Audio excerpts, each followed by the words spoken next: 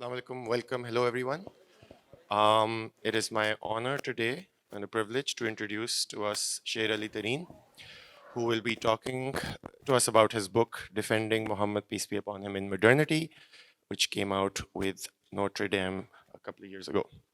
SherAli's research focuses on Muslim intellectual traditions and debates in early modern South Asia. He has also written extensively on the interaction of Islam and secularism.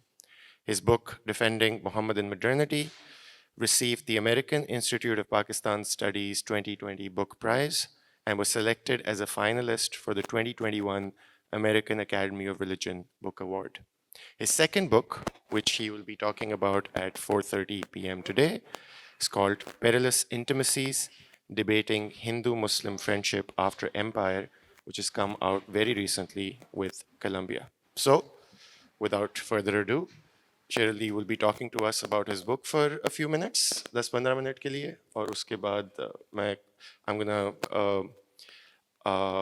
offer some reflections, and then we're hoping that organically some sort of conversation will flow, and eventually we'd like to include all of you in our conversation as well. So ये broad सा structure है जिसको हम follow करने की कोशिश करेंगे. So please SherAli, take it away.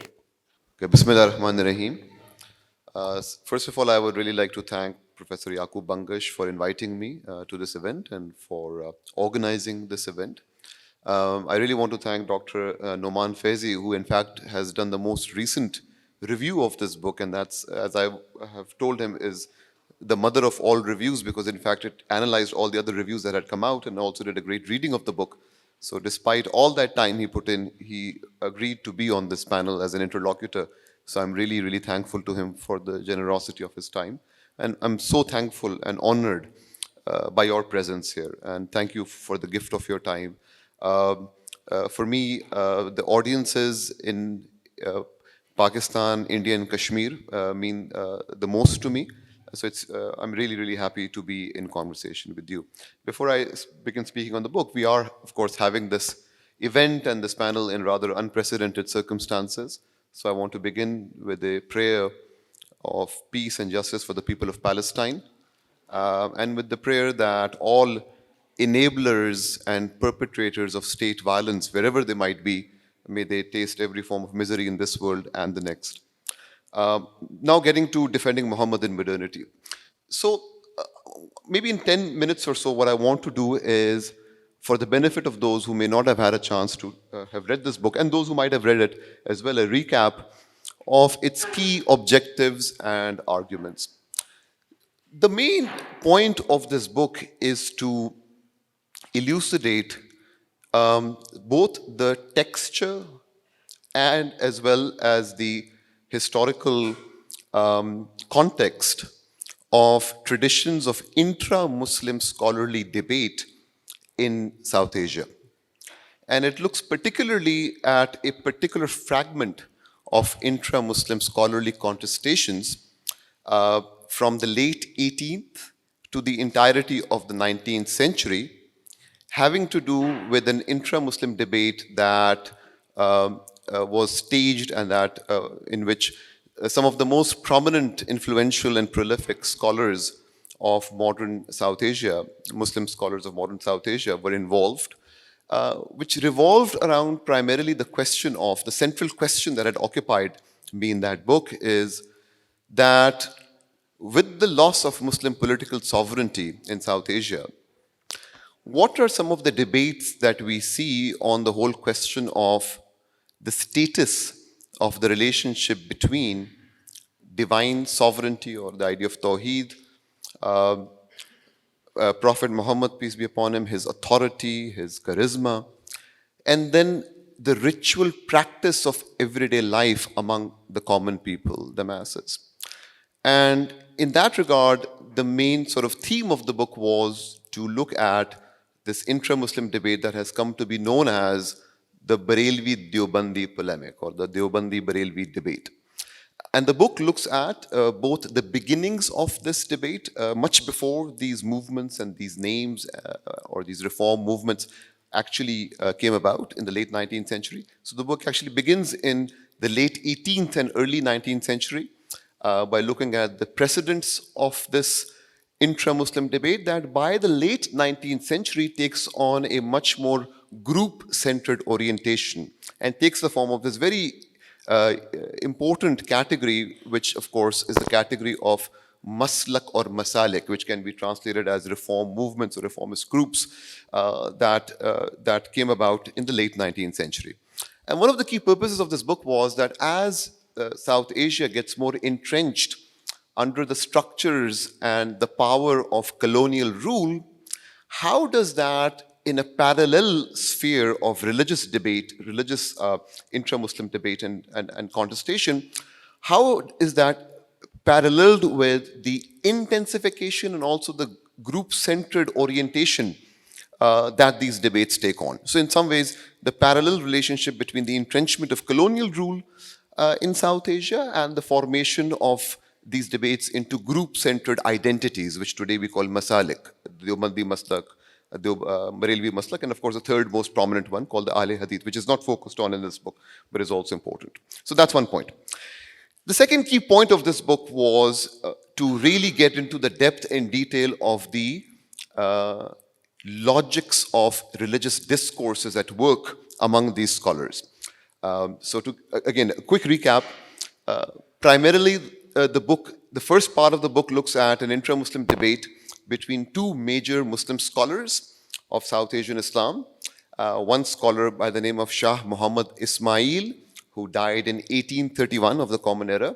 And he, of course, was the grandson of the famous Shah Waliullah, who died in 1762. So him on the one hand. And then on the other hand, a very famous and important scholar who came from the rationalist school of thought called the Khairabadi school, and his name was Fazl Haq Khairabadi, died 1862. And there was a really interesting but also a very controversial and intense debate among these two scholars having to do with different issues of theology, practice, and law.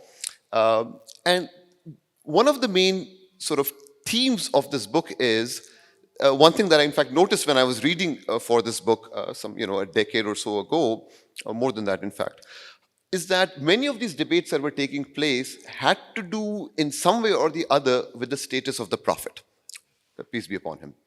So whether that is the whole question of prophetic intercession, what we call shafa'at, or the whole question of heretical innovation against the Prophet's practices, what we call bid'ah or bid'at in Urdu, or when it has to do with the status of the Prophet's knowledge of the unknown, what is known as ilmul ghaib, or with the questions like can God produce another Prophet Muhammad or not, which is called imkan-e-nazir in the tradition. So the question that I was interested in was that what is it about this particular moment in South Asian history and South Asian Muslim history that precipitates these debates centered on the figure of the Prophet. And hence the book is called Defending Muhammad in Modernity. And the main argument of the book was that with the loss of Muslim political sovereignty in South Asia, these competing groups of Muslim scholars begin to invest particular reformist projects into the body of the Prophet. So in other words, their conception of a normative Prophet Muhammad corresponded with their notions of a normative Muslim public, of what should and should not be Islam at this particular moment. So in that regard, the book sort of begins in the early 19th century by looking at this intra-Muslim debate between these two figures I just mentioned, Shah Muhammad Ismail and Maulana Fazl Haq Khairabadi, who debated things like intercession, can God produce another Prophet Muhammad, can God lie or not, or renege on his own promise or not. It's very philosophically dense and interesting, but also controversial debates. And then the second part of the book looks at the colonial aftermath or the colonial ramifications of these debates when these debates took on a much more group-centered orientation and we had the emergence of these reformist groups like Barelvī-Deobandī and so on. So it really goes into the details of the texts of the pioneers of these two reformist groups, primarily looking at Deobandi scholars, primarily looking at people like Maulana Ashraf Ali Thanvi, who died in 1944 of the Common Era, Maulana Khalil Ahmad Saharanpuri of the Deoband school, and then Maulana Ahmad Raza Khan, of course, the famous founder of the Barelvi school, who died in 1921. And my main objective in this book was to really make sure that I present to the reader the details and depth of these intra-Muslim debates. And the main argument that I made in this book, the main sort of point or argument that I tried to bring forward was that there is a tendency, especially in the Western, academy to an extent as well, but also especially among Western, think tanks and policy circles, but even the academy for that matter. And even in non-Western contexts or even in, South Asian contexts themselves, a very common perception that this debate among Muslim scholars is a debate that has to do with a division between the mystical branch of Islam or tasawwuf and the legal variety of Islam or Sharia. This basically is a debate between the banner bearers of Sufism or Sharia, fiqh or tasawwuf, which basically is part of a larger Orientalist way of looking at Islam, whereby Sufism is oftentimes presented as the soft kind of Islam or the more porous kind of Islam or the more pluralist kind of Islam that doesn't really care much about obligations, practices, and so on. And hence they are the kind of quote unquote good Muslims. And all those people who do care about these things like law and practice and stricture and so on are the quote unquote bad Muslims. So this good Muslim, bad Muslim binary is inextricable to the law Sufism binary, which has been the most common and the most dominant way of looking at this polemic between these two really towering groups of scholars. So one of my objectives was to really give enough evidence in the book that completely makes it untenable to look at this intra-Muslim debate through this binary lens. Because what this binary lens does is that it distorts the internal logics of these debates and presents a narrative which is much more amenable to a liberal secular project of domesticating and moderating religion for its own service. I'll come to the whole question of how this book tries to critique liberal secular power in a moment. Now, as an alternative to this framework, this kind of a dominant framework through which this polemic or this debate has been oftentimes understood as a debate between legal and mystical scholars. So this whole kind of perception that because the Barelvis are okay with things like the Prophet's birthday celebration, the Maulid, or they're okay with going to the shrines of saints and so on. So they are the kind of Sufi Muslims, the good Muslims and so on. And the Deobandis, because they disagree with these things or critique these things, they are the harsh Puritans or the Sharia-minded banner bearers of Sharia. The alternative that I try to provide in this book to this kind of a framework is that my main argument was that it is much more productive to read and understand this debate as a reflection of what I called in the book competing political theologies. Competing political theologies.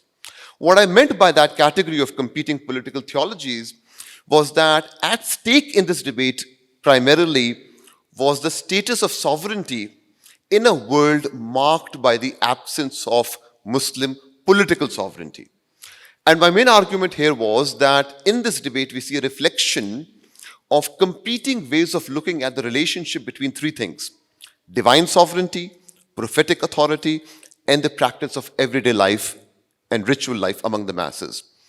And by going into the depth and detail of the internal logics of these two schools and the scholars associated with these schools, I try to make a case that this kind of an analytical framework is perhaps more productive than one that reduces these kinds of intra-Muslim debates into reductive binaries like legal, mystical, inclusive, exclusive, moderate, extremist, and so on. So that basically is the main objective of the book. Now, how do I make that argument about competing political theologies? I won't go into that in this introductory set of comments. We'll maybe come up with that, come to that in our conversation.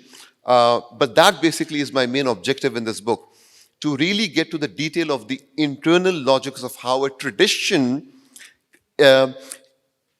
operates through contest, operates through debate, operates through conflicting readings of the pre-modern Islamic legal theological tradition, to really make a case that this tradition of intra-Muslim debate is very subtle, dynamic. It has a lot of theoretical and intellectual sophistication and a lot of ambiguities and tensions as well.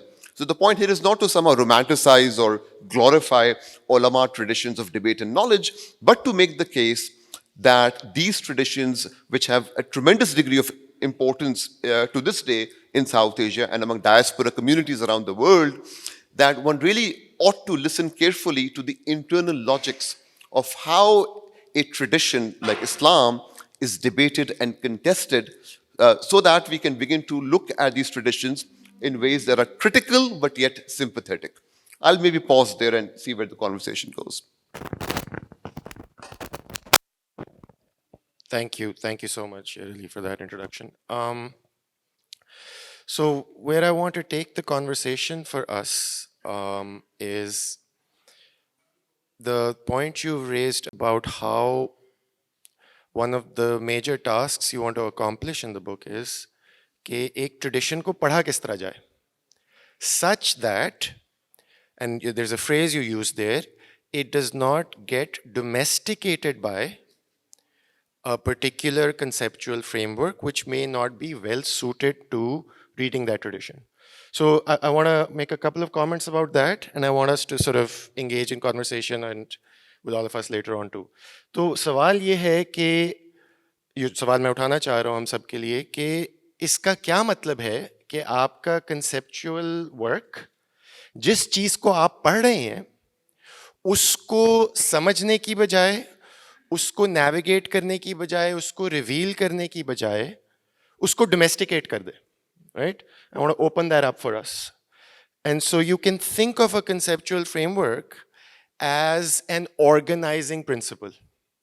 So you can imagine that if something's not conceptualized, it's not organized. Let's use that as synonyms. And we can think of, mere khayal se one of the best ways to think of what a concept is a timetable. So if you don't have a timetable, your day may take, wo kahin bhi ja sakta hai, right? It may wander in ways that may be out of your control. So one thing you can do with the day is उसको control करने के लिए, और अभी जो Shirley ने लफ्ज़ इस्तेमाल किया था control की बजाय, उसको domesticate करने के लिए, दिन को अपने ताबे करने के लिए आप क्या करते हैं, उसके ऊपर एक सांचा और ढांचा डाल देते हैं, जिस सांचे और ढांचे का नाम है timetable, right? Because and after that happens, we hope, and all of us who make timetables know timetables don't always work, right? What we hope is that the conceptual framework will let us handle the day, reveal the day, control the day. Now, and let's make it a back and forth soon, yeah? A conceptual framework is a bad conceptual framework if we sort of take SherAli's starting point अभी जो ने कहा है, अगर वो दिन को आपको दिन को rather than revealing the day, opening up the day for you, it ends up making the day that something that you're controlling with a leash. So if one of the tasks that in my view SherAli is doing in his book is कि concepts such as legal, mystical, public, private, moderate, extreme, इनको जब आप इस्तेमाल करते हैं as your organizing principle and framework for the sake of reading a tradition, वो tradition के अंदर जो इन्होंने लफ्ज़ इस्तेमाल किया internal logic, वो tradition का internal logic reveal करने की बजाय tradition को इसके mold में डाल देते हैं. So another way to think about it is you can think a bad conceptual framework is a framework which operates like a caste. एक caste का उर्दू लफ्ज़ अच्छा क्या बनता है, like a सांचा. अच्छा, अब सांचे की खासियत क्या है कि सांचे में जो भी डालें वो कैसा बन जाता है, सांचे जैसा. और अगर if that's my concept, that's what my conceptual framework is doing, right? If I have a सांचा already, उसके अंदर मैं इस्लाम को डाल दूं, उसके अंदर मैं जूडिज्म को डाल दूं, उसके अंदर मैं क्रिश्चियनिटी को डाल दूं, जो मर्जी डाल दूं, उसकी शेप क्या हो जाएगी, बिल्कुल सांचे से जैसी.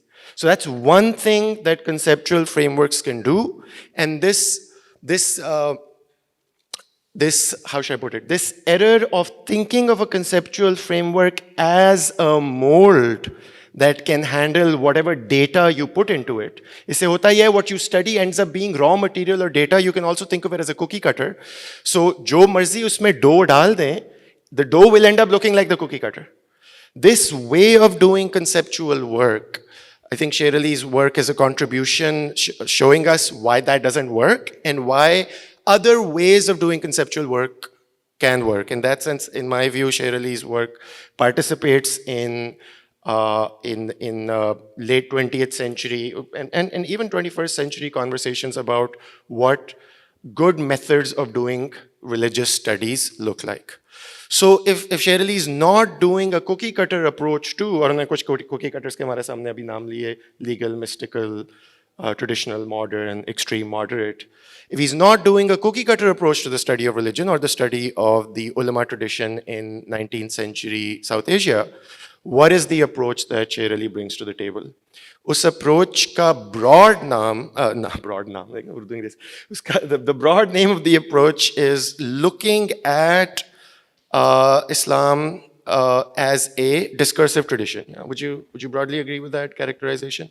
So the idea of discursive tradition, SherAli shows us through his work, that's the kind of conceptual framework جو چیز پڑھی جا رہی ہے اس کو ایک سانچے میں ڈھال نہیں رہا, بلکہ اس کے بارے میں ہمیں کچھ یونیک دکھا رہا ہے. And I want to call this, if the first one is a cookie cutter approach to what you study, this may be thought of as a more dialogic approach to what you're studying. That when you come to the table and look at what you're looking at, there's a possible conversation going on there.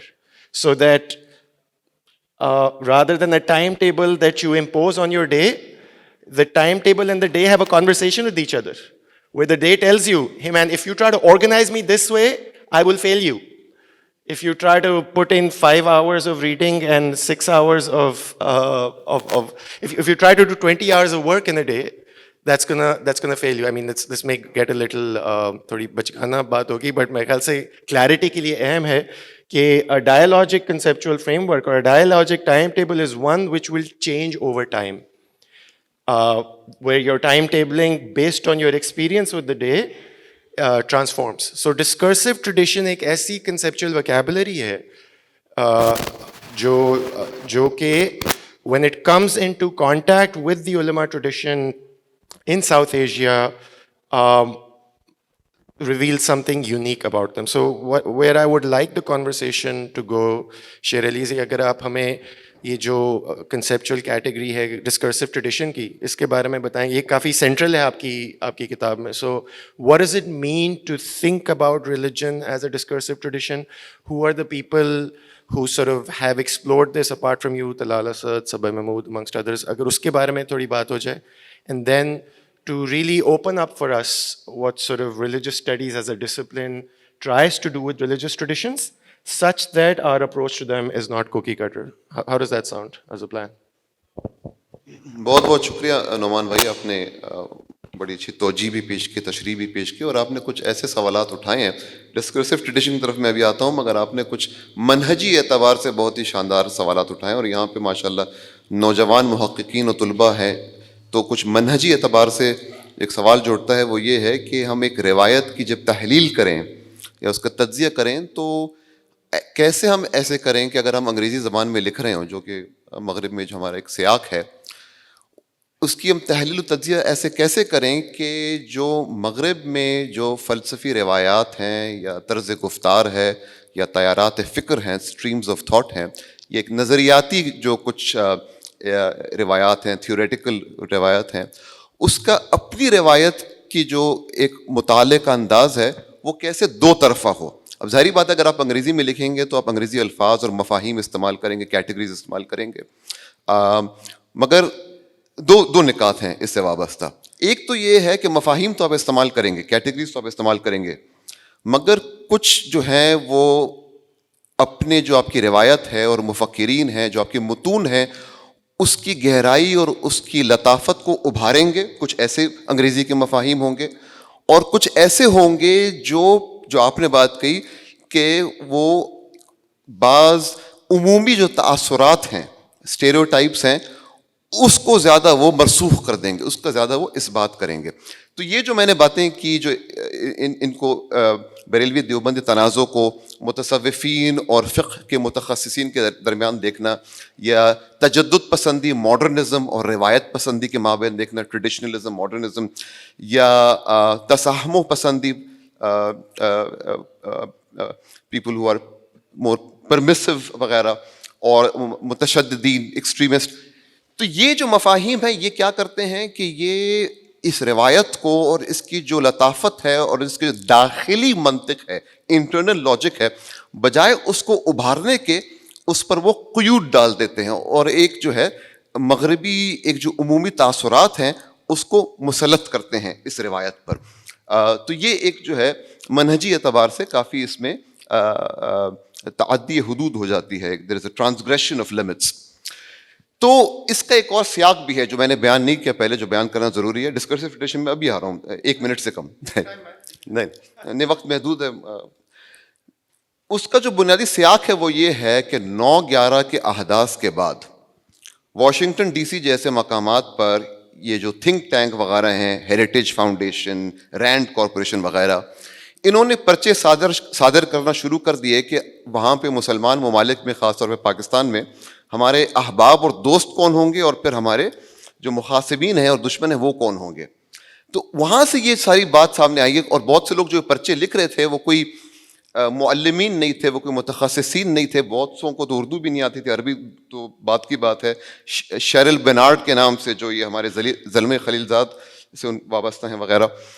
تو انہوں نے جو پرچے نکالے اس میں یہ انہوں نے کیا کہ کیونکہ ان کو روایت سے کوئی وابستگی بھی نہیں تھی اور کوئی ان کو زیادہ شناسائی بھی نہیں تھی, تو انہوں نے یہ بات ان پرچوں میں کی کہ جو ہے وہاں پہ یہ کوئی بریلوی حضرات ہیں, لگتا ہے صوفیہ ہیں تھوڑے, اور ان کے یہ عمومی تاثر تک جو صوفیہ ہیں وہ تو اعمال, واجبات, رسوم وغیرہ میں ان کی کوئی دلچسپی نہیں ہوتی, جس کی ایک لمبی تاریخ ہے استشراقیت کی, اورینٹلزم کی, جو 19ویں صدی سے چلی آ رہی ہے کہ تصوف کو ایک جو ہے نرم اسلام کے طور پہ سمجھنا, سافٹ اسلام, اور شریعت کو اس قسم کے شدت و حدت کے حاملین کے طور پہ سمجھنا. تو یہ جو استشراقیت کی ایک لمبی تاریخ چلی آ رہی ہے, تو اس کی ہمیں عکاسی ملتی ہے ان پرچوں میں جو صادر ہوئے 9/11 کے احداث کے بعد. اور اس کے بعد پھر یہاں صوفی یونیورسٹیاں بھی کھلیں اور وہ مشرف صاحب نے بھی بڑا ایک وہ کیا ماڈریٹ اسلام وغیرہ. تو اس قسم کے جو مفاہیم ہیں ماڈریٹ, سوال پہلے انسان کو یہ پوچھنا چاہیے کہ جب آپ لفظ استعمال کرتے ہیں ماڈریٹ, جو آتا ہے لیٹن کے ماڈریر سے, کہ کسی چیز کا تحکم کرنا, to control something, to restrain something, تو وہ جو معایر ہیں, جو اسٹینڈرڈز ہیں ماڈریشن کی, اس کا تعین کون کرے گا, اور یہ کس کی وجہت نظر, کس کی جو ورلڈ ویو ہے اس کی تابع ہوگا. ماڈریٹ کیا ہے اور ایکسٹریمسٹ کیا ہے, اعتدال پسند کیا ہے اور متشدد کیا ہے. تو یہ میں خالی بات کو اضافہ کرنا چاہتا تھا کہ اس میں بہت سی جو ایک سیاست بھی وابستہ ہے کہ ہم کون سے مفاہیم استعمال کرتے ہیں اپنی روایت کے مطالعہ اور اس کے تجزیے کے لیے. جو میں نے مفہوم استعمال کرنے کی کوشش کی وہ بھی انگریزی کا پولیٹیکل تھیولوجی.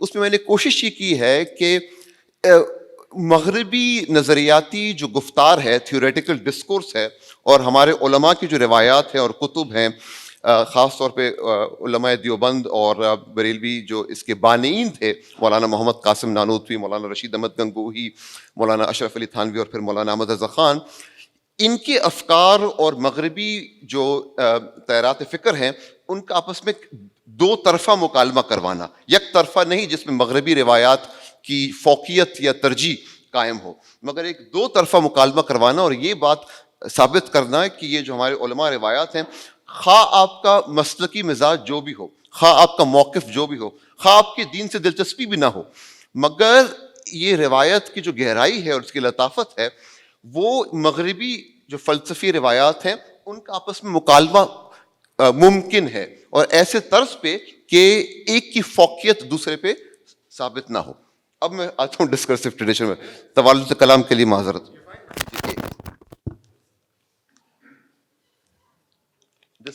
ڈسکرسو ٹریڈیشن, چلیے انگریزی منتقل ہو جاتے ہیں. مختلف قسم کے جو ہے خلفیات سے یہاں پہ شرکاء ہیں, جو بہت ہی خوشائند بات ہے. So discursive tradition. The main point of this concept, which of course is one of the most widely used concepts in the study of religion in Islam in the Western Academy, discursive tradition, which was coined by, as Nauman mentioned, Talal Asad, of course, the son of the famous Muhammad Asad, who of course is very much connected to the beginning years of Pakistan as well. This famous Austrian Jew converted to Islam and wrote this major translation of the Quran as well. His son Talal Asad, of course, is a major anthropologist. And this category is one that he used in a 1986 essay, but still remains very applicable and also has been subject of some debate. So for a non-specialist audience, I just want to clarify what this concept means and why is it so important. A couple of things. One is a discursive tradition basically talks about ways in which those people who are a part of the tradition, scholars or non-scholars, how do they reflect on the question of how the past should inform the moral decisions and practice of the present? So discursive tradition is all about the question of how the heritage and the resources and the legacy of the past, which can be invested in intellectual resources like the Quran, the Sunnah, and so on, how should that inform the disciplined life, the ritual practices of the practitioners of a tradition in the present? So that's one major aspect. And the second major aspect is that a discursive tradition, by its nature, is defined by ceaseless contestation, ceaseless debate. And the whole point here is that because different people have different way of relating the past to the present, a discursive tradition by its nature will be one defined by contestation, debate. And that is not something to be that is not something which is a weakness of a tradition, but it is precisely debate and contestation which enlivens a tradition and gives its life in the present. Please, so just to add to this, मेरे साथ ही गुफ्तगू के ज़मन में कि अब सवाल discursive tradition से अभी tradition का लफ्ज़ भी इस्तेमाल हो रहा है ना. So one of the things is how do we think about a tradition? I think वो SherAli ने जो अहम बात की, that, and this also comes from McIntyre, कि one who participates in a tradition is one who is involved in conversations, contestations, debates about what this tradition should look like, what the goods of the tradition are, what does it mean to embody it. So this sort of category can be used to look at religions, but it need not be used to look at religions. It can be employed for any practice that has a history. So it's possible, for instance, to look at the social scientific tradition in the Western Academy, the natural scientific tradition in the Western Academy, or the tradition of Western classical music. अब ये tradition का लफ्ज़ जो है, इसका काम ये है, how is it that folks who do Western classical music, folks who do social scientific theory, how is it that they relate their past with their present and potential future? और इसके अंदर आपस में गुफ्तो शनीद और पास्ट के साथ गुफ्तो शनीद, और गुफ्तो शनीद में मतलब वो काफ़ी यूफेमिस्टिक लफ्ज़ इस्तेमाल कर रहा हूँ, बहस व मुबाहिसा, वो होगा. So does that, I just want to like elaborate this issue कि वो tradition का मतलब ही यही है, to participate in the tradition is to participate in conversation, debate, contestation, बहस व मुबाहिसा. Yeah, please, अगर आप आगे लेके जाएं बात. नहीं, आपने बिल्कुल बात को कूजे में समेट दिया, मगर मेरा ख्याल है ये एक अच्छा मौका होगा कि अभी तक हम बहुत ही उमूमी हमने गुफ्तगू की है, वक्त भी कम है, तो मैं चाह रहा था कि आपके इजाज़त से एक दो मिसालें पेश कर दूँ कि जो मैं बात कर रहा था कैसे अपनी जो इल्मी रिवायत है और जो दाखिली मंतिक है उसको हम कैसे मगरिब की जो फ़लसफ़ियाना और दीगर जो नज़रियाती कुछ रिवायत हैं, नज़री कहेंगे, थियोरेटिकल, उसका आपस में मुकालमा हम कैसे कर सकते हैं. मेरी जो बुनियादी कोशिश थी इस किताब में वो ये दिखाना था कि देवबंदी बरेलवी तनाज़ो के बारे में एक और जो बहुत ही उमूमी तासुर मिलता है वो ये है कि ये तो बहुत ही 19वीं सदी की मबाहिस हैं, मिलाद होनी चाहिए नहीं होनी चाहिए, क्या मिलाद में क़याम होना चाहिए या नहीं होना चाहिए, ईसाल सवाब की रस्म के हवाले से क्या खाने के ऊपर हाथ उठा के दुआ मांगनी चाहिए नहीं मांगनी चाहिए. तो ये तो कुछ फरसुदा किस्म के सवालात थे वगैरह थे. 19वीं सदी में इसका ताल्लुक़ है, मगर हमारे ज़मन मुआसर और हमारी ज़िंदगी से इसका क्या ताल्लुक़, और ये जो है कोई अहमियत के हामिल नहीं है. मैं ये दिखाना चाह रहा था इस किताब में कि दरअसल इन किस्म के सवालात से वाबस्ता जो इख्तलाफात हैं और जो इख्तलाफी जो मुतून व नुसूस हैं उसमें बहुत गहराई है, उसमें एक लताफत है जिसको हमें कम अज़ कम उसमें ख्वानदगी हासिल करनी चाहिए. अगर आप उस मौक़िफ़ से इख्तलाफ भी करें, अगर आप ना चाहें कि उलमा रिवायात से कोई आपका ताल्लुक़ हो, कोई मसला नहीं, कम अज़ कम ख्वानदगी होनी चाहिए ताकि जो एक बौद व खलीज हम देखते हैं ख़ास तौर पर पाकिस्तानी माशरे में मुख्तलिफ़ किस्म की इंतहा पसंदी के हवाले से, तो अपनी रिवायत के ऊपर अगर ख्वानदगी भी हासिल हो तो आपका अपना ही फ़ायदा होगा. बल्कि अगर आपको उस रिवायत की तनकीद करनी है तो तनकीद से पहले तफ़हीम ज़रूरी है. اور یہ میں دکھانا چاہ رہا تھا. ایک مثال میں پیش کروں گا نعمان بھائی آپ کی اجازت سے کہ کیسے ہو سکتا ہے. جیسے لے لیں میلاد شریف, مولد جسے کہتے ہیں عربی میں, کا مسئلہ. تو اس مسئلے کو عمومی طور پہ دیکھا جاتا ہے کہ شاید یہ فقہا اور متصوفین کے درمیان کا مسئلہ ہے, مگر دراصل اگر آپ ان کی نصوص دیکھیں, مولانا تھانوی اور دیگر علماء دیوبند اور بریلوی مسلک سے جن کا تعلق ہے, تو ان کے نزدیک جو موقف تھا ان کا یہ تھا کہ دیکھیں شریعت میں مختلف احکام ہوتے ہیں, مختلف اعمال کے, کچھ واجبات ہوتے ہیں نماز روزہ وغیرہ, کچھ محرمات ہوتے ہیں جس آپ نہیں ادا کر سکتے, گناہ جو آپ کو دیتے ہیں, اور پھر درمیانی جو ایک حکم ہے اس کو کہتے ہیں مباحات, یعنی جس کو انگریزی میں کہیں گے سمپلی پرمیسیبل, نہ واجب نہ حرام. تو علماء دیوبند کا موقف یہ تھا کہ یہ جو رسوم ہیں جیسے میلاد نبی وغیرہ یہ مباحات میں سے ہیں, بلکہ بسا اوقات انہوں نے کہا کہ یہ بہت اچھے رسوم ہیں, تعظیم نبی ظاہری بات ہے بہت ہی اچھی رسم ہے, مگر ان کا موقف یہ تھا کہ 19ویں صدی میں عوام الناس میں یہ رسوم اس حد تک مروج ہو گئے ہیں اور اس حد تک ان کی جو ہے دینی زندگی میں یہ مرسوخ ہو گئے ہیں کہ گویا انہوں نے واجبات کی مشابہت اختیار کر لی ہے کہ ہر سال ہی ہونا ہے, ہر سال اسی تاریخ میں ہونا ہے, اسی طریقے سے ہونا ہے, وہی شیرینی تقسیم ہوگی, وہی سب کچھ ہوگا. تو گویا جس طرح واجبات ہوتے ہیں نماز روزہ, تو اس کی جو ظاہری شکل سامنے آ گئی ہے اور جس شدت سے اور جس باقاعدگی سے عوام الناس اس میں جو ہے کار فرما ہو گئے ہیں, تو گویا انہوں نے ان رسوم نے واجبات کی مشابہت اختیار کر لی ہے. اس لیے انہوں نے ان کو بدعت قرار دیا, کیونکہ اسلامی تاریخ میں بھی اگر آپ اٹھا لیں بدعت کے حوالے سے مختلف نصوص, اس میں یہی تعریف دی گئی ہے کہ بدعت وہ اعمال ہیں جو مشابہت قائم کر لیں واجبات کی. تو یہ ان کا موقف تھا, اس کے لیے انہوں نے کہا کہ جو ہے اس میں جو کراہت آ گئی اس کی وجہ سے اس کو انہوں نے بدعت قرار دے دیا.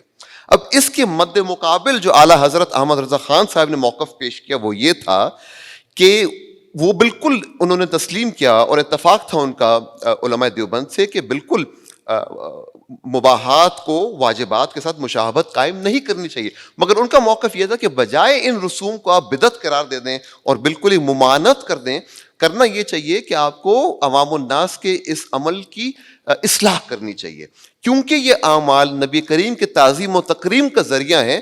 تو بجائے انہیں آپ بالکل سد باب کر دیں اور بالکل انہیں بدعت قرار دے دیں, آپ کو عوام الناس کی اصلاح کرنی چاہیے. تو یہ ایک بہت ہی دقیق و لطیف اختلاف ہے اس موضوع پہ کہ شریعت میں اگر مباحات واجبات کی مشابہت اختیار کر لیں تو کیا اس کا حل پھر کیا ہے. اس میں ہم دیکھتے ہیں کہ خدائی حاکمیت کو بچانے کا مسئلہ ہے, کیونکہ علماء دیوبند کا موقف یہی تھا کہ اگر مباحات واجبات کی مشابہت اختیار کر لیں تو جو شریعت کی مصنف ہے اللہ تعالیٰ, ان کی حاکمیت اثر انداز ہوتی ہے.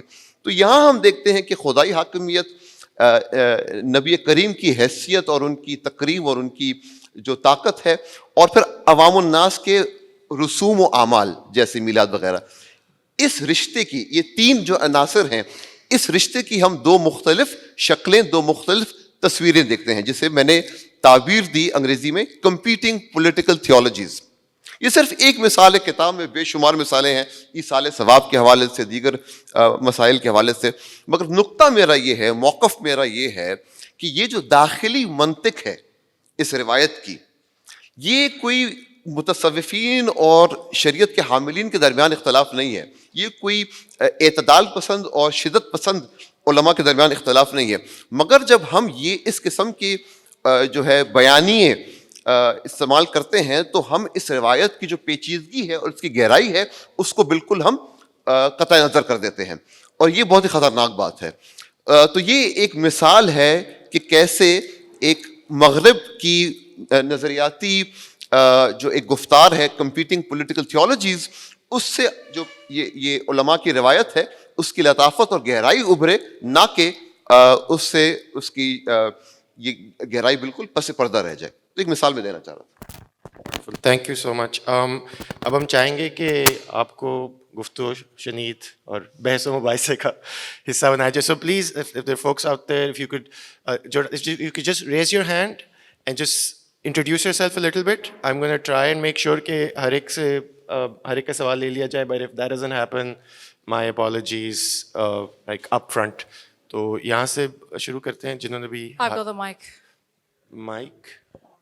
Can I ask my question? Oh, you have the mic. Okay, please, अगर आप छोटा सा Of course, I will. Thank you so much. It's a very interesting session. Thanks for sharing that. I think one of the questions I had from your talk was, don't you think the discursive approach is perhaps now 20 years too late, considering the climate in which we are currently in? The modern Muslim feels attacked, feels oppressed, is angry, is not being heard. These are unprecedented times for Islam and the modern Muslim. And the discursive approach perhaps assumes the other party is willing to listen. And what we've seen in the last few days and months, a couple of senior leaders decide what's going to happen. They're not willing to listen.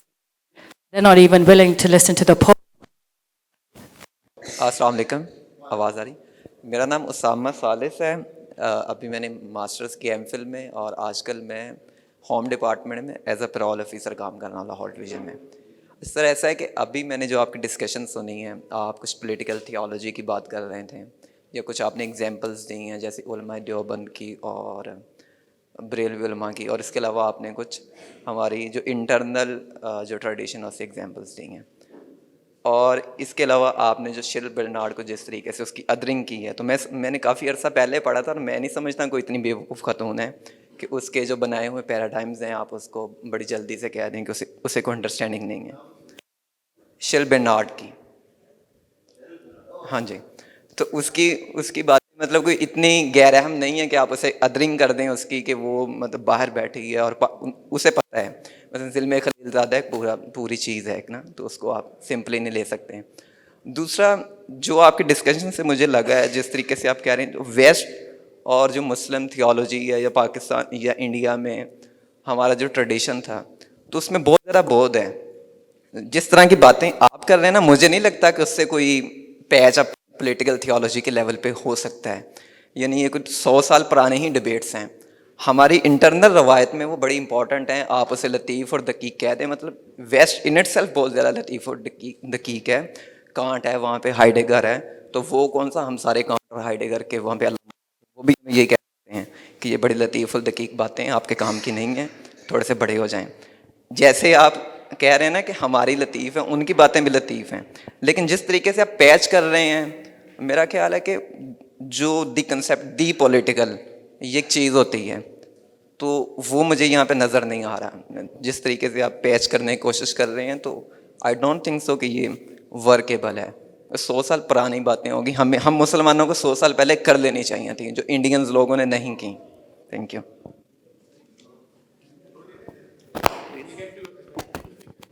Yeah, on the whole question of discursive tradition and the current politics, I think precisely because of the current political moment in which certain liberal secular assumptions about what is good religion and what is not good religion, and how that impacts then a number of different questions and affairs. So, for example, currently the whole discourse around how do you distinguish between justified violence and unjustified violence. So violence perpetrated by nation state is oftentimes seen as justified, whereas that perpetrated by a non-nation state actor, by being branded as quote-unquote religiously fundamentalist or religiously extremist, that kind of violence is rendered as completely unjustified, and hence it's appropriate to go after it. Hence it's appropriate to quash it. So that very distinction between how do you distinguish between politically justified violence by the nation state and then unjustified violence by non-nation state actor, this very distinction between violence and politics, because that is the distinction you're making, that if a state like Israel, for example, goes about maiming and conducting a genocide, that could somehow be justified because it's doing that in the name of a nation state, whereas some other actor engaging in violence, I'm not endorsing any form of violence, etc. But just to make us think about this very binary between politics and violence is a deeply secular binary. And it connects with this deeply secular idea that whereas politics is the domain of life which is quote unquote rational, which is instituted by this rational thing called the nation state. And all that is irrational or unjustified or can always spill over into violence is this thing called quote unquote religion.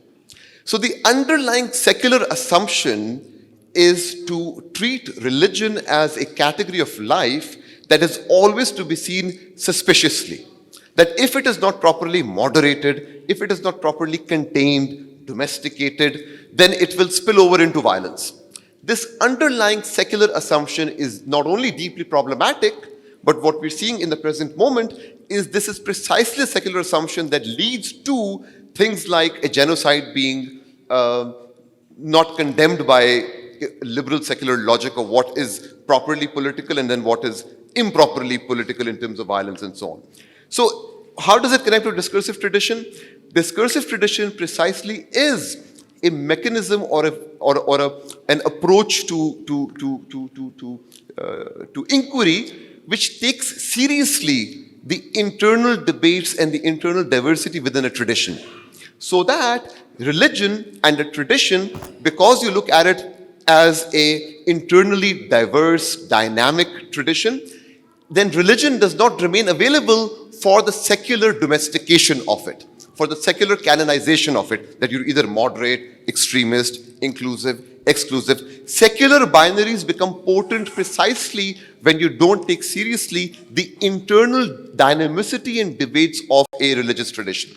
So hence this whole theoretical framework is not some kind of theory talk in Western universities and in some kind of ivory tower, but it has real-time implications for how we distinguish between politics and violence. And hence theory is very much connected to the present politics and practice.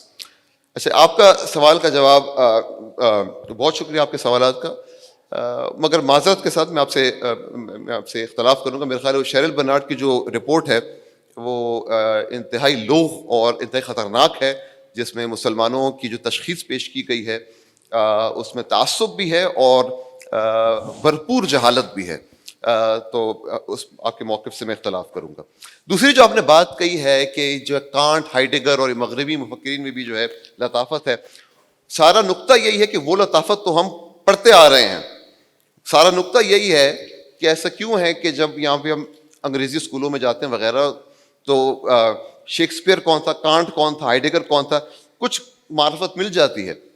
मगर ये क्यों नहीं है कि हम मौलाना अशरफ अली थानवी, हज़रत शाह वलीउल्लाह को भी देखें कि इनकी भी एक सियासी सोच थी, मंतिक थी, चाहे आप उससे इख्तलाफ करें, मगर बहुत इसमें लताफत है. इसमें बहुत से 10 मिनट बाकी थी, इसमें बहुत से ऐसे निकात हैं जिससे आप इख्तलाफ ज़रूर करें, उसको तनकीदी निगाह से देखें. मैं ये नहीं कह रहा कि आप उसकी तकदीस हमेशा करें या सिर्फ वाह वाह करें, वो भी गलत रवैया है कि सिर्फ वाह वाह करें और जो असल में जो मवाद है वो उसका मुताला ना करें. तो क्योंकि ये ताकत का एक अदम तवाज़ुन है कि मगरिब की इल्मी रवायात को एक तरह से एक आलिमाना एक वसातत है, पहुँचती है, और जो दीगर इल्मी रवायात हैं बावजूद इसके कि इसमें भी बहुत सी गहराइयाँ हैं और बहुत से लतीफ़ निकात हैं, मगर ये हमारे तक क्यों नहीं पहुँचती. मेरी दिलचस्पी का बायस यही है कि मेरा ताल्लुक़ ज़िला पेशीन बलूचिस्तान से है. 18 साल की उम्र तक पाकिस्तान में था, फिर अमेरिका मुंतकिल हुआ. तो वहाँ जाने के बाद फिर जब मैंने पढ़ना शुरू किया तो वहाँ मुझे फिर ये एहसास हुआ कि जो पूरी रिवायत है इससे तो हम बिल्कुल बेखबर थे.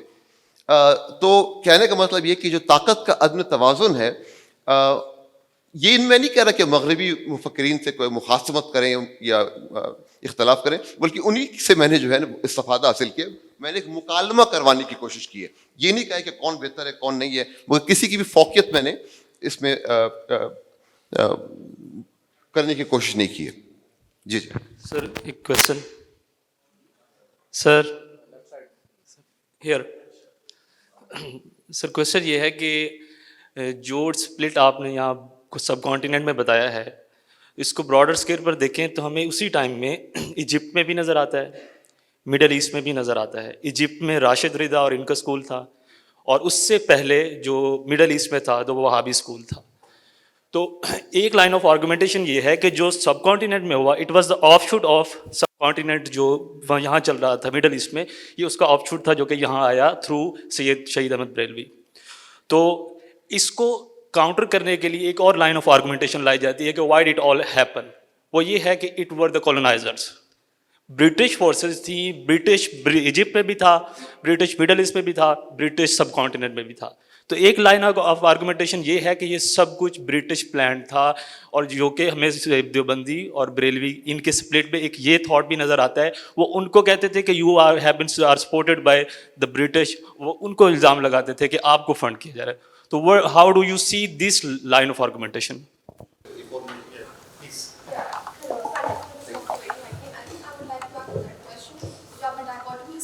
It's very modernist approach and I totally appreciate. But the अब जो argument आप कर रहे हैं कि we're trying to deal with the modern कि हमने वेस्ट के साथ उसको लेकर चलना है, कई काफ़ी हद तक ये पोस्ट कॉलोनियल अप्रोच नहीं है कि we're still trying to gain recognition by that western ideology. I do agree with the dichotomies नहीं होनी चाहिए, but can you add on more on that? Thank you. اسی سے ملتے سر, اسی کوشچن سے وہ ریلیٹ ہو جائے گا. بالکل سر, وہ جو آپ نے بک میں نے پڑھی ہے تو اس میں جو آپ نے کہا ہے کہ اصل ایشو آیا تھا جب کولونائزیشن آئی, تو پھر سوورینٹی کا جب کوشچن اٹھا تو دیوبندیوں نے کہا کہ خدا کی سوورینٹی کوشچن نہ ہو, اور جو بریلوی میں آپ نے بحث کی کہ انہوں نے اس کو شیئرڈ کیا کہ رسول اللہ کی بھی جو سوورینٹی کے ساتھ ساتھ, کیونکہ وہ شیئرڈ ہے. تو جب ڈی کولونائزیشن ہو گئی اس ملک میں پاکستان میں, اور جو سوورینٹی ہے وہ ٹو دا پیپل چلی گئی, اور نیشن اسٹیٹس کا جب کنسیپٹ آ گیا اور ڈیموکریسی آ گئی, تو کیا اب بھی وہ کوشچن رہے گا جو آپ نے بک میں کہا؟ وہ تو مسئلہ اب حل ہو گیا نا کہ سوورینٹی کا اب تو ڈر ہی نہیں رہا, وہ تو خدا اور وہ اب پارلیمنٹ اور لوگوں اور نیشن اسٹیٹس کی حد تک آ چکی ہے, پاکستان انڈیا کی حد تک. پہلے جو آپ نے سوال کیا, دیکھیں کسی حد تک مشابہت بھی ہے مصر میں جو ہم دیکھتے ہیں, مگر بہت فرق بھی ہے. اب بجائے یہ کہ بندہ الزام تراشی کرے کہ کون کس کا ایجنٹ تھا وغیرہ, میرے خیال زیادہ تو دلچسپ اور زیادہ سود مند نقطہ یہ ہوگا کہ یہ پوچھنا کہ یہ جو اتنے زیادہ گروہ سامنے آئے, مسالک سامنے آئے, دیوبندی, بریلوی, اہل حدیث, پھر آگے جا کے جماعت اسلامی, اور پھر دیگر بھی بہت سے, علی گڑھ ظاہری بات ہے, ندوۃ العلماء, یہ تمام 19ویں صدی کے اواخر میں ہی کیوں آئے؟ یہ ایک دلچسپ تاریخی سوال ہے, اور میرا خیال ہے یہ سوال وابستہ ہے اس نقطے سے کہ جب مسلمان سیاسی حاکمیت کا حصول ناممکن ہو گیا, مستحیل ہو گیا, تو اس قسم کی کاوشیں شروع ہوئیں کہ ہماری روایت پر ہے کیا اور اس کے حدود و قیود کیا ہوں گے, اور اس کے پھر مختلف جوابات ہم دیکھتے ہیں ان تحریکوں کی شکل میں. تو آپ کے سوال کو جو ابھی بھائی نے سوال پوچھا اس کے ساتھ جوڑتے ہوئے اس کی ہم دو مختلف شکلیں دیکھتے ہیں ان روایات میں, جہاں پہ بانئین دیوبند کے نزدیک جب حصول سیاسی حاکمیت ناممکن ہو گیا تو یہ روزمرہ کے جو اعمال ہیں, رسوم ہیں, یہی پھر طاقت, تسلط اور حاکمیت کا سرچشمہ بن کے سامنے آئے. اور بریلوی مسلک کے جو بانی نے مولانا احمد رضا خان وغیرہ, ان کے ہاں جب سیاسی حاکمیت نہیں رہی اور ایک استعمار کی کیفیت آ گئی, تو وہ رسوم جو نبی کریم کی تعظیم و تکریم کا ذریعہ بنتے تھے اسی میں پھر مسلم شناخت وابستہ ہو گئی. تو دونوں کے نزدیک نبی کی دو مختلف ہم تصورات دیکھتے ہیں, اس لیے کتاب کا عنوان ہے ڈیفینڈنگ محمد ان ماڈرنٹی. اب جو دوسرا سوال آپ نے اٹھایا کہ جب پاکستان ہو گیا تو حاکمیت بھی آگے وغیرہ, دیکھیں ٹھیک ایک دستور ہے, اس میں یہ الفاظ لکھے ہوئے ہیں وغیرہ, مگر یہ بات تو ہے نا کسی حد تک کہ بتدریج اور حالیاً شاید کافی سرعت سے, جلدی تیزی سے, حاکمیت دراصل ہے کہاں, یہ سوال جو زیادہ مبہم ہو رہی ہے بجائے کہ اس کا فیصلہ ہو گیا ہو. جو فیصلے ہوتے ہیں ایک زندگی کے عوام الناس کے مابین کہ ہماری جو زندگی ہے اس کی جو احوال ہیں جو اس زندگی پر مؤثر ہوتے ہیں, جس کے زیر اثر ہم اپنی زندگی جی رہے ہیں, وہ جو حاکمیت ہے وہ دراصل ہے کہاں, فیصلے کہاں سے ہوتے ہیں. मेरा ख्याल है ये जो बुनियादी एक सवाल है वो ज़्यादा ज़्यादा उसमें तशवीश बढ़ती जा रही है, इब्हाम बढ़ता जा रहा है। किसी बात को दस्तूर में लिख देने से, मकतूब हो जाने से, वो जो एक तशवीश है, जो एक बिखरा हुआ तसव्वुर है हाकिमियत का, वो ज़्यादा बतदरीज बिखरता जा रहा है। और उसकी वजह से मेरा ख्याल है जो इसमें किसी हद तक एक जो तनाव है, तवत्तुर है, टेंशन है, वो मजीद उसमें इजाफा हो रहा है। मेरा जो मौक़िफ़ था उस किताब में, वो एक ख़ास सियाक़ व सबाक़ से वाबस्ता था, और उस 18वीं और 19वीं सदी के सियाक़ में वो एक मैंने बात कही थी। मगर एक दिलचस्प सवाल है कि इन मबाहिस और हाकमियत के जो सवाल है सॉवरेनिटी का, उसमें ज़मन हाज़िर से कैसे हम तज्ज़िया कर सकते हैं, तालील कर सकते हैं। एक आखिरी क्वेश्चन था पोस्ट कॉलोनियल। जी जी, so here's what I would say in response to that. What I would say in response to that, and again I want to say something more methodological, manhaji, which would be of benefit to all the students, especially early career scholars who are gathered here. You know, when you write about a non-Western tradition, the question is, how would you stage your theoretical apparatus? Would you stage that in a way that brings out the subtlety and the layers and the ambiguities of your archive? That would add density to your archive, that would enable an innovative, creative reading of your archive? Or would you, in fact, sap away the intellectual energy and dynamism of your archive or not? So lately there has been this kind of a trend to decolonize, meaning that you don't even use any Western theorists, etc. So Western theory, quote unquote, Western theory is very formative to my intellectual formation as well. And I think we do a disservice to our own tradition if we don't engage the tradition with thinkers, whoever they might be. In my case, it was Carl Schmitt, Foucault, Derrida, etc., Heidegger. It could be anyone. But if that conversation is not present, then the message that goes out is that these scholars whom you study, they can't speak back to theory. So I don't think that one should go so much to the other extreme of proving the authenticity of your archive that you drop Western theory altogether. And then just have an antagonistic attitude towards quote unquote Western theory. But the theoretical model has to be staged in a way that elucidates, makes clearer what your archive is, your thinkers, and that enables a conversation between quote unquote Western theoretical discourses and your own Muslim intellectual discourses in a manner that brings out the specificities and subtleties of your archive, while also makes your archive speak back to Western theory. That basically, I think, would be a theoretical model to be applied. आपका बहुत बहुत शुक्रिया आपके वक्त का. Thank you so much. Thank you so much. शुक्रिया बहुत. And on behalf of everyone, I want to thank you as well for clarifying everything for us.